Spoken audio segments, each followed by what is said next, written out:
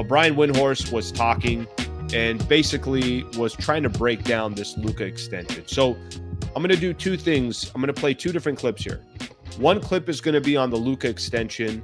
Another clip is going to be on as far as the timing of it. The other one's going to be on what you can expect in regards to the length or the term of how long a contract he would sign with the Lakers. And then we'll make an argument if the Lakers have made a case for Luka Doncic that he should be signing right now, or if there's a better case to be made to wait, that he still wants to see more from the Lakers. Take a quick listen here. Here's Windhorst and a couple of the folks from ESPN. This is important. Can you just underscore this for us? You said don't freak out, which, is easier said than done when it comes to all of us NBA fans. Don't freak out if August 2nd comes and goes and you don't see something. Can you just explain?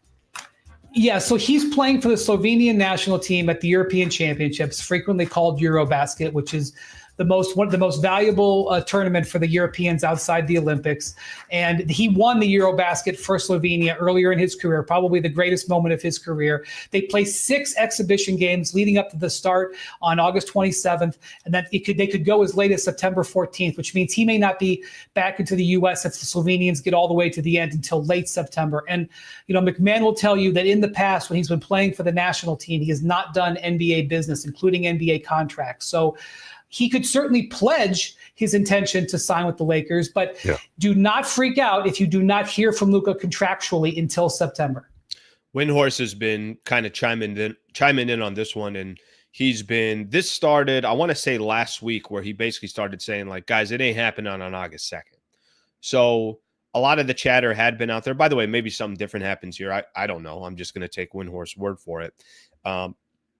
And Tim McMahon, the reason why he keeps going to Tim McMahon was covering a lot of Luka's career over his first 7 years in Dallas, so that has a lot of connection to it from there. August 2nd rolls around. Lakers don't have that extension from Luka. I wouldn't worry too much about it. That's kind of the main thing that Brian Windhorst is trying to make mention of. Okay, so that gives us an idea from a time frame perspective. Let's now forward a little bit. I got this time stamped here. I want to go to Tim McMahon, who starts talking a little bit. This might be Luke or Tim. I think it's Tim McMahon that starts kind of breaking down a little bit what the actual contract can be. What are some of the options? Well, there's 3 max contracts that NBA Windhorst is the one breaking it up. Players, superstars can sign. One that's worth 25% of the cap, 30% and 35%. Depends on years of service. The first one I call the fun max because almost everybody who's offered it signs it. It's no big deal, like Bontemps discussed. Like McMahon discussed a minute ago. Then there's the stress max. This happens when it's a player's second max contract. This is when players sometimes leave or are not really worth it.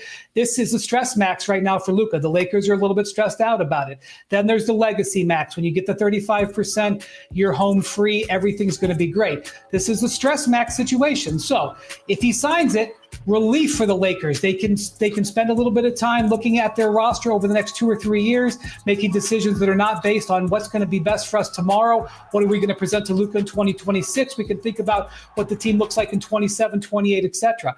If he doesn't sign it, he can be a free agent next summer when there's going to be 10 plus teams with cap space. If he does not sign it, you will see teams begin to open up maneuvers to try to chase Luka. And every day that will go by when there's any sort of wobble with the Lakers, you mentioned a losing streak, or if they're in 7th place on December 5th or something like that, everything will be tied to the Luka contract, especially with LeBron on the last year of his contract as well. So the Lakers don't want that in their lives. They want the no stress max. That's what they're going to try to present to him on August 2nd. Yeah. All right, perfect. Got it. It gives us a quick little background here. Gives us, for those who didn't have maybe the full scope of what this exactly meant with Luka's extension, why this is so important. And like Brian Windhorst was mentioning there, I think there's a lot that you could take from it. That, listen, if they start training camp and he hasn't signed that extension, there's going to be some worry or some reason to have worry or some cause for some concern just because of how important Luka is. I think that gives us just kind of the nuts and bolts of it. All right, the nuts and bolts of it is probably won't sign that the most he can sign for it as far as what that extension would look like, because it's more financially beneficial for him to wait, do a shorter term deal, and then get that super max where he can make up some of the money that he wasn't making in Dallas. Here's where I think is the more interesting question. I think the more interesting question here is, if you're Luka Doncic, and since February 1st, since you've been a Los Angeles Laker, what's your takeaway? What's your takeaway of the Lakers? Have you been wildly impressed with the Lakers? Have you been kind of mediocre on the Lakers? Have you been disappointed with the Lakers? It's a fair question. And I think, there's only so many of these trades that when you trade for a 25-year-old, now 26 years old, you got a franchise like the Los Angeles Lakers that's just this Goliath, the opportunity of what you can do and what you can establish with this organization. I think we all understand that. But I think the bigger question is, and this was an article that was written today, I think it's actually a great article, like I mentioned, and somebody had put it out there. It was an article on CBS Sports from Sam Quinn. The case that he makes is Luka should not extend this offseason. I'm going to read a little bit of it just to give everyone an idea. By the way, Luka, as far as dollar amount, is eligible to sign a 4-year, $228 million extension starting on August 2nd, but nobody's expecting that to happen, and nobody's expecting it to happen on August 2nd. Here's what Sam Quinn said. I am not saying he should leave the Lakers. I'm saying there's no good reason for him to extend yet. He's been there for 6 months. What have the Lakers done so far to prove that they're the best team for him? He didn't choose to go there. He's got another quote here that I'm going to get into in just a second, but let's sit on that for a quick second. If you're Luka Doncic right now, I don't think what happened during the season, I don't think you could really look at that situation and that predicament and put anything on the Lakers and say, well, I don't like the way this went. I don't. Now, maybe you can make a case and say, well, why didn't Pelinka trade for Mark Williams? Hypothetically, if that's the case that you want to make, he has his reasons why he didn't do it. And frankly, I think the Lakers are better off right now without making that trade for Mark Williams. But during the regular season, I don't know if Luka could have looked at the situation and said, well, this is, I'm not even going to give this another opportunity. This doesn't make any sense here.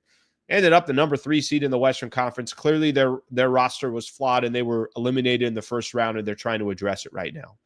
But I think the bigger question here, and I think what Sam Quinn is asking, is do I have enough data, if I'm Luka Doncic, to say, yeah, I'm good for 3-4 years here, something along those. I want the next chapter of my career to be with the Los Angeles Lakers. I think it's a fair question. I think if Luka did, it would be shocking. Obviously, the Lakers don't want this. It would really, really hurt, I think, how the Lakers operate. And you listen to Brian Windhorst talk a little bit about how if he didn't sign, next season starts, Lakers go on a 3-game losing streak, things aren't going well, whatever the case is, then all of a sudden the chatter, and then people would probably ask Luka, hey, Luka, how much are you thinking about your extension, this, that? Yeah, that's probably the worst case scenario for the Lakers. They got to walk into the season. But if I'm Luka Doncic and I'm not thinking about the Lakers. I'm not thinking about their history. I'm not thinking about the future. I'm just thinking about I want to be as selfish as possible for Luka Doncic. If I had a chapter with the Dallas Mavericks, I got traded to the Lakers, I didn't choose to play there. Am I comfortable and am I happy here? Do I feel confident enough that this is the team that for the next 5, 7, 10 years, I could potentially win championships with? And that's not my quote. That's his quote when new ownership took over and he put out that post. I think it's a fair question by Sam Quinn. I really do. Now, if I'm going to try my best to take my Lakers sunglasses off or my Laker hat off and just from my perspective of what the Lakers brand and what Luka Doncic could mean together.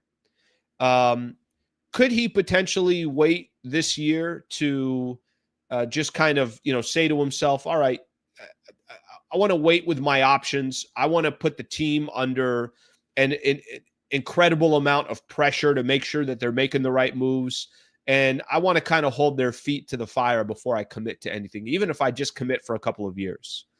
He can play that out, but God, would that be a distraction all season long? And how much would that affect this upcoming year? Now, you could sit here and make the case, well, this year's already in question. LeBron's going to be grabbing a lot of the attention. Do people really think right now, with the way this team is constructed, they're top 2, top 3 in the Western Conference, and they got a legitimate chance to go represent the West. I don't feel that way. Maybe others feel different. I think Lakers are probably 5th or 6th in the Western Conference. But if I'm Luka and I'm looking at new ownership coming in, I'm looking at the Laker brand, I'm an international superstar, and winning for the Los Angeles Lakers can do a number of things for my career as well. How about just being in LA and having that Laker brand next to me, the type of endorsements that will come with it? I'm also a player that can certainly attract another star to come play with me once LeBron is done playing for the Los Angeles Lakers. I'm definitely a player that there are not going to be too many great players out there that would say, no, I don't want to play with Luka. What I'm referring to as that is Luka makes a lot of players better. I'm not telling you Luka's the greatest player of all time, but what I'm telling you is Luka's got a chance to be a legend as well. We all know that. We all understand that. I think there is a great, phenomenal case for Luka to say, well, I'm just going to sign this extension. I'll be here for at least a couple of years. If things go terrible and they don't go the way I want it to go, I can always request a trade. That simply happens in the NBA. And if I don't like the direction this franchise is going in. But as I sit here today, you got the Laker brand.